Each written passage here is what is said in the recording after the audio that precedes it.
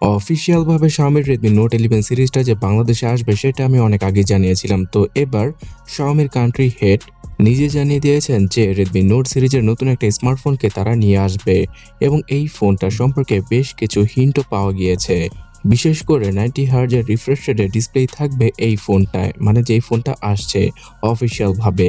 তার সাথে 6 ন্যানোমিটার আর্কিটেকচারে তৈরি করা SoC কে ইউজ করা হবে Xiaomiর এই ফোনটিতে এবং 50 মেগাপিক্সেলের ক্যামেরা সেটআপের পাশাপাশি 5000 mAh এর ব্যাটারি থাকবে আপকামিং Xiaomiর এই ফোনটিতে। সো এই থেকে আপনারা হয়তো বুঝতেই পেরেছেন যে Xiaomi Redmi Note 11 স্মার্টফোনটার 4G অথবা 5G যেকোনো একটা ভেরিয়েন্ট বাংলাদেশে অফিসিয়াল ভাবে আসবে।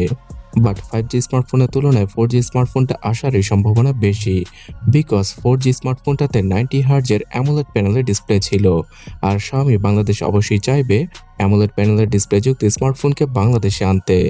এছাড়া যে 5G স্মার্টফোনটা রয়েছে সেখানে IPS LCD প্যানেল ইউজ করেছিল Xiaomi কস্ট কাটিং করার জন্য। তাছাড়া বাংলাদেশে যেহেতু এখনো অবধি 5G আসেনি, তাই স্ন্যাপড্রাগন 680 SoCর সাথে আসা Redmi Note 11 স্মার্টফোনটাকে বাংলাদেশে অফিসিয়ালভাবে লঞ্চ করতে পারে Xiaomi। আর এই ফোনটার পাশাপাশি এর প্রো ভেরিয়েন্টটা আসবে কিনা সেই সম্পর্কে এখনো অবধি নিশ্চিত না হওয়া গেলেও Redmi Note 11 স্মার্টফোনটার প্রাইসিং সম্পর্কে জানা গিয়েছে। আশা করা যাচ্ছে যে অফিসিয়ালভাবে 20,000 টাকার আশেপাশেই Note 11 4G স্মার্টফোনটাকে বাংলাদেশে অফিসিয়ালভাবে লঞ্চ করে দেবে Xiaomi এবং এই ফোনটা এই মাসের, মানে এই মার্চ মাসের একদম শেষ পর্যায়ে এসেই অফিসিয়ালভাবে লঞ্চ করা হবে। তো বন্ধুরা, আগামী কিছুদিনের মধ্যে এক্স্যাক্টলি লঞ্চ ডেটটা সম্পর্কে জানা যাবে।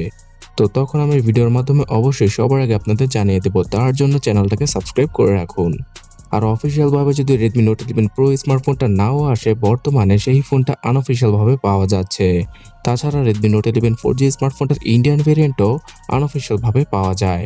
তো এই দুটো ফোনের প্রাইসিং সম্পর্কে জানতে নিচে কমেন্ট সেকশনটা চেক করুন, সেখানে আমি লিঙ্ক দিয়ে দিয়েছি, অথবা উপরে দুইটা ভিডিও থেকে যে কোনো একটা ভিডিও দেখতে পারেন। ধন্যবাদ।